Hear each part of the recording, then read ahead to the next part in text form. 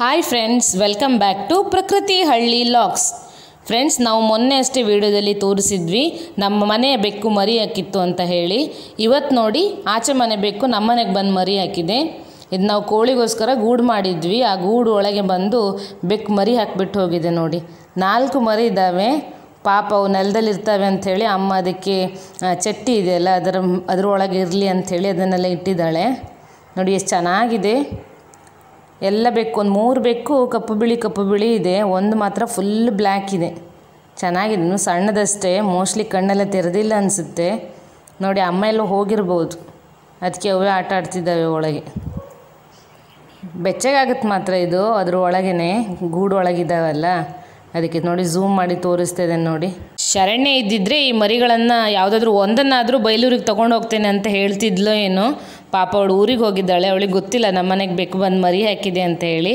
ನೋಡಿ ಎಷ್ಟು ಚೆನ್ನಾಗಿ ಆಡ್ತಾ ಇದ್ದೇವೆ. ಪಾಪ ಅಮ್ಮನಿಗೆ ಹುಡುಕ್ತಾ ಇದ್ದೇವೆ ಅನಿಸುತ್ತೆ. ನೋಡಿ ಆಚೆ ಈಚೆ ಓಡಾಡ್ತಾ ಇದ್ದಾವೆ.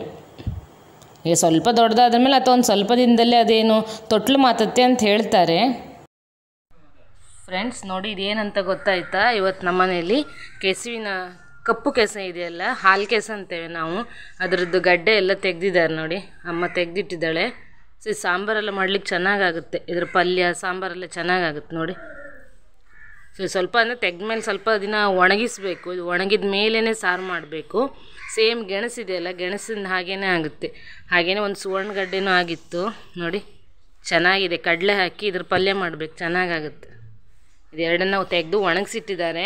ಯಾವಾಗ ರೆಸಿಪಿ ಮಾಡೋದಂತ ನೋಡಬೇಕು. ನಾವೀಗ ಬ್ರಹ್ಮವರಕ್ಕೆ ಹೋಗ್ತಾ ಇದ್ವಿ.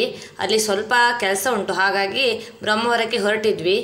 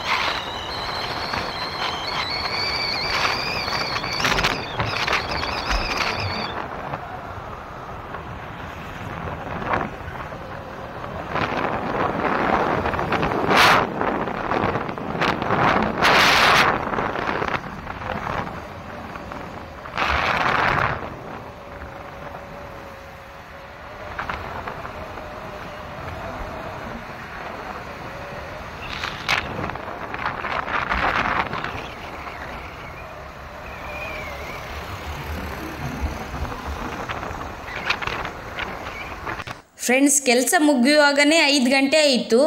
ಆಮೇಲೆ ಬಸ್ಸಿಗೆ ವೆಯ್ಟ್ ಮಾಡಬೇಕಂತ ಕಾಯ್ತಾ ಇರುವಾಗ ಬಂಟ್ರ ಭವನದ ಎದುರುಗಡೆ ಕಿಶೋರ ಯಕ್ಷ ಸಂಭ್ರಮ ನಡೀತಾ ಇದೆ.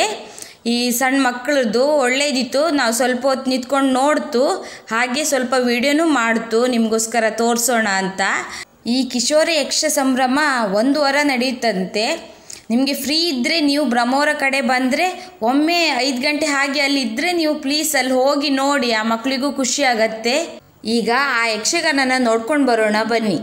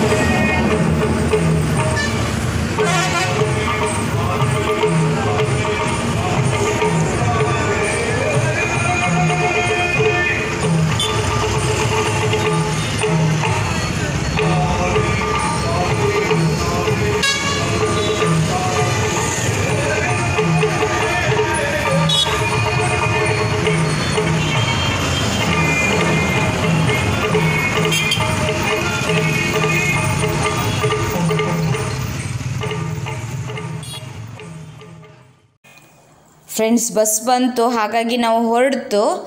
ನಮ್ಮ ಇವತ್ತಿನ ವ್ಲಾಗ್ ನಿಮಗೆ ಇಷ್ಟ ಆದರೆ ಪ್ಲೀಸ್ ಲೈಕ್, ಕಮೆಂಟ್, ಶೇರ್ ಮಾಡಿ. ಹಾಗೆ ಮರೆಯದೇ ನಮ್ಮ ಚಾನಲ್ನ ಸಬ್ಸ್ಕ್ರೈಬ್ ಮಾಡಿ. Thank you friends.